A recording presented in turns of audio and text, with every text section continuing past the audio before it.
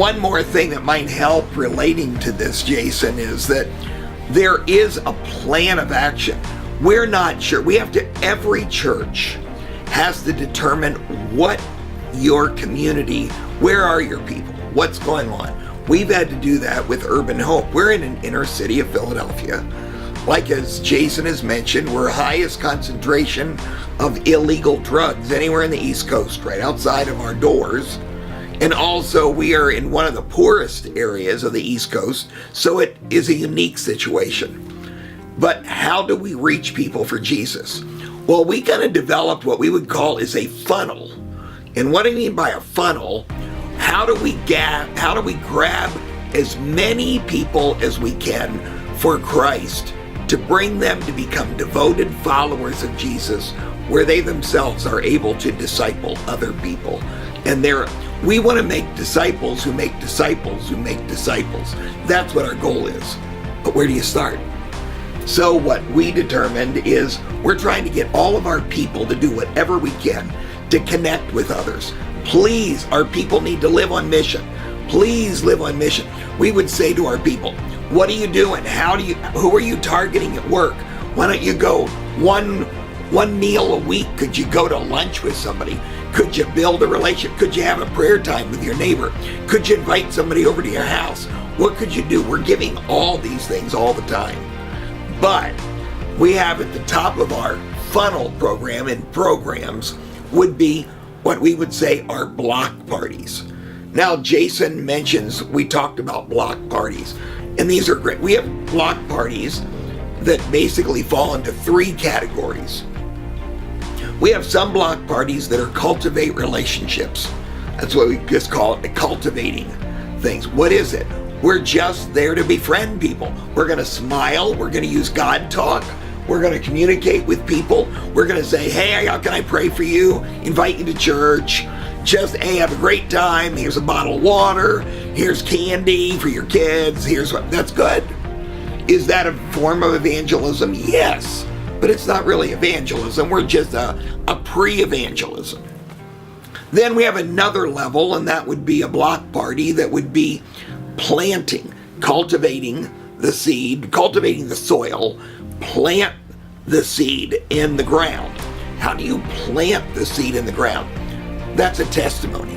That's giving the gospel. Somebody needs to hear the gospel so that they can respond to it. So some of our block parties will have what we would say planting events. What is that? We have a drama group, maybe by the youth group. A children's program will present gospel. There may be short testimonies by people whose lives have been changed. We play Christian music. We're talking to people about God. Come to an area, we'll have an area on the block party, give a prayer request. Another area of the block party, listen to the reading of the Bible. Another area, memorize a verse and get a gift. All that kind of stuff. What is that?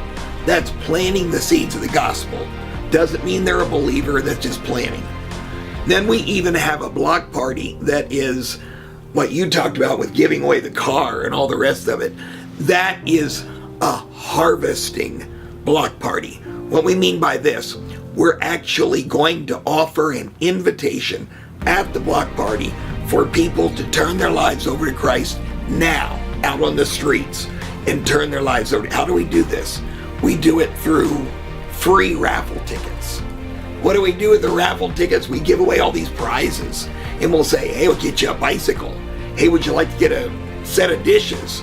Would you do something like this? And people will say, yeah, I could use that. How do you do this? Well, as we're doing this all through the block party, we're giving the gospel, we're enticing them. They know we're believers. They know we're connected to this. But before you get the big prize, which is the one of the car, which is not a brand new car. What did we get last year? I think we gave away an Eclipse, like a convertible. So yeah, but how much did we pay for it? Oh, probably $1,500. Yeah, I mean, it was literal, but it looked cool. Mm-hmm. It looked cool, and it was a convertible, and it was red. And all I know is that everybody loved it. We put on platform, we do all this kind of stuff. And you know what? For you to win that, before we do that, you need to stay here, because you're going to hear Rocky is going to give you a testimony of how God changed his life. And then he comes in and he presents the gospel. And then he says, if you are here today and you know you are not a follower of Jesus Christ and you're willing to change, raise your hands right now and we will have someone that will come to you, that will talk to you about Jesus Christ, and we lead them to Christ while we have more programming going on. It's incredible things. And we're seeing God change lives. And guess what? And we also use some of those free raffle tickets on Sunday morning. We'll give some more things on Sunday. So if you come to church tomorrow morning, you'll also receive that, and you get free lunch. And you get some other things after church on Sunday. And all of that relates to, what are we doing? Why are we doing this? We're trying to bring people to hear the gospel. Where's the next step after block parties? Sunday morning church service. That's where they hear the gospel. That's where the word is opened. That's where they will feel the love. That's where they're worshiping God. Where that's where they're going to see prayers being answered because of testimonies. Then where do you go? This is something that we're working on right now. We would say it's a welcome center. Right after somebody makes a decision for Christ, we want to tell them the next steps. So we tell them the next steps by, here it is. If you come over here, we'll give you a free gift card for Dunkin' Donuts and whatever it is, but you come here, and then what we're going to do is we're going to let you know about the next steps, and we're finding out what is going on in the people's lives. We've got to determine that. Then after that, then you come to what we would say family night. Family night is Tuesday evening for us. That's when we have men on one side of the street, women on the other side of the street, simply because it allows us to put men and boys together for a meal and women and girls together, and they get to connect with each other. And it's a wonderful thing. And then they're in small groups, but they have a family night, and that's a meal. And that what are all the things we do? What are we doing on family nights right now? Right now, we've got, like I mentioned, the foundations class is one of those things. So when people are kind of first part of that family group, they go into this class that explains what the Bible is all about, because we want them to, have come to, a lot of them perhaps come to know Christ on a Sunday or during a block party. Then when they come Tuesday, they're learning about the basics of the Bible. But at the same time, I think the dynamic of the family night and the importance of it is that they're learning to get into relationships with other Christians. And I think beginning to have a whole new family that's helping them learn to walk with God. And that's the importance of the church. So on Tuesdays, there's the basic group for foundations. But then after that, we want people to get into groups that they're in for a long period of time. And they're in groups where perhaps it's people that live on the same block that they're on, or there's relationships that are there because of the friends that are in it. But we want them to have a strong bond as a small group. So it really becomes a church within a church, where they're the ones that are encouraging each other. The leaders of that group are the one that are really shepherding the people that are part of it. They're the one praying for the people in the group and helping with the needs of the group. And I think as a church, it really helps you to expand, because you don't just have the main pastor or the senior pastor caring for the needs of every single individual, but the family groups, the leaders of the family groups really care for the needs within that family group. And one of the neat things about the family groups is they also really see the need to reach out to others as a family group. So it's not just a group that gets together to do Bible study and accountability and praying for each other. We've seen some awesome things happen through family groups that say, hey, we want to reach out to our friends together. One of our family groups about a month ago, they have a common friend that lives down the street from them, and they said, let's do a birthday party for this friend. The guy had never had a birthday party in his life that they'd known of. The guy's in his 40s, and they said, we'll throw a big birthday party and we'll go out. And they just made a big celebration about this guy who'd not had a birthday party before, who's not a believer, and as a result of just the love they've shown him, not just through the party but through other things, he's been coming to church off and on, and has not been part of our church the past 2 or 3 years he's lived in the community. So it's awesome to see how family groups aren't just helping each other grow in their faith, but they're also reaching out to others. I think that's really one of the dynamics we miss sometimes in sharing our faith, is it's really better to share sometimes as a group, and bring people into the love that we share as believers. So that's one of the things we love to see God do through the family groups. What else I like in the family groups? First of all, a couple of things. We have a meal at the family group, and that's interesting. When you have a meal at the family group, you know what we would do? Like, I'll give you an example. We have the group, you'll have men and boys together, and typically every week it'll be like, what's God teaching you this week? What have you read in the Word? Or what something is a prayer request? And you only take 15 or 20 minutes for this as a group. But you know what? Boys are hearing men give testimonies. Men are hearing boys and are learning about each other. That's a real advantage. One of the other things that I like about family group, because we're all together. Now every church can do it differently, but it works well for us. We do the family groups on a Tuesday night.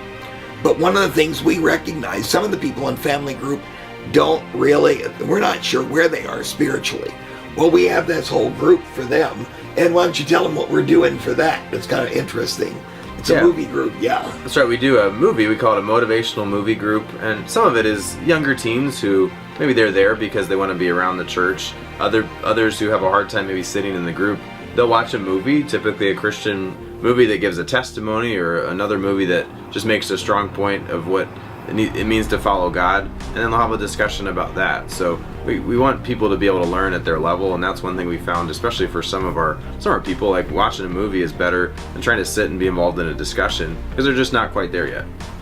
So after you've got these community areas, you've got all this stuff relating to block parties, then they probably come to Sunday morning. Then there would be a welcome center right after they come to Sunday morning. So we're getting names, addresses, follow up, knowing where they are going. Then they go to family group. If they're coming to family group, we want them not just to come to Foundations, but we want them to then get into a regular group that is teaching the Bible, that is on an ongoing basis and reaching out to other people. Then it's an opportunity for an assessment. What do you need? What's going on in your life? What is happening? And we are then offering periodically what we're calling CSIs. These are Christian opportunities for study issues. These are just issues. Maybe parenting, maybe it's marriage, maybe it is on how do I understand the Bible. And there's short-term programs that will help, at least to this level, for the person, because we want them to become, first of all, we want them to get baptized, and we want them to get into the church, and we want them to feel like they're a part of this, because our goal is that they themselves will become a disciple of Christ. So after we would offer what's going on with family groups and getting assessed, some opportunities for them, then it kind of goes to the level that we're saying we want to see the next steps. That would be, we would say, ministry experiences. You ought to start reaching out. You ought to do more. And we have a thing that we call Shepherds. And the Shepherds are this Facebook page. And we also have training. You want to mention what we do with Shepherds? Yeah, we have a group of people who are committed to pray through the things that people share on a Sunday morning, or the requests that they'll write down even on the response cards that we collect. And these people are called shepherds because they're really seeking to shepherd people within the church. So shepherds are committed to helping in the church. There's three things that I think we ask of shepherds. We want them to be committed to showing up to church, but not just showing up, but serving in some capacity in the programs that happen on Sundays.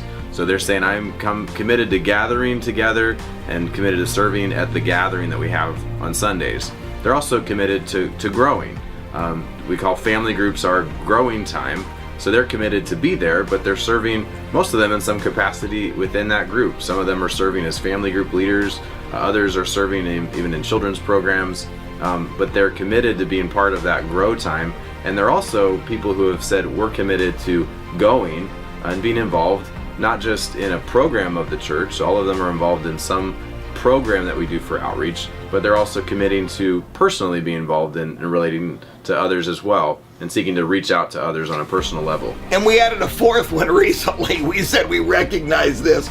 We're also saying we want you to be gathering, we want you to be growing, we want you to be going, and we also want you to be giving.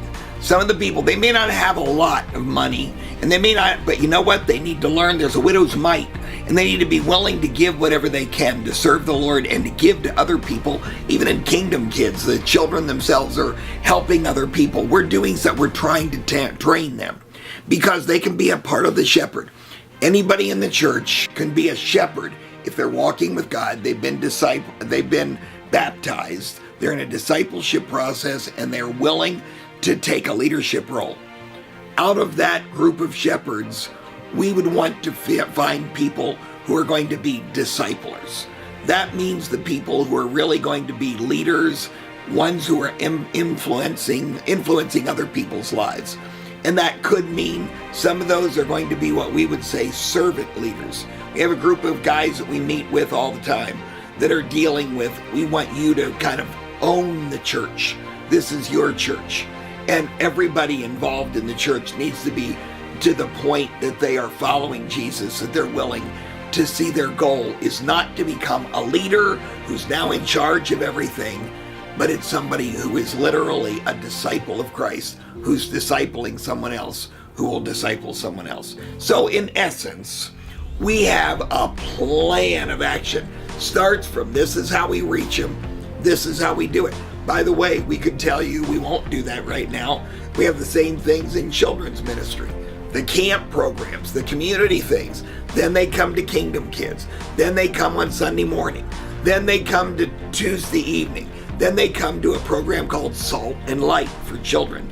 Now they're themselves into, we're wanting to get a funnel together that has a plan so that we're not just running programs for no purpose. We're thinking, what do we need to accomplish? No matter what, we need to understand God is in the business of changing lives, but we need to assess our culture. We need to look at the needs and say, what can we do to help people move the next step in areas of discipleship? So pray with us that God will keep using our ministry, our church, and your church to really make a difference that way.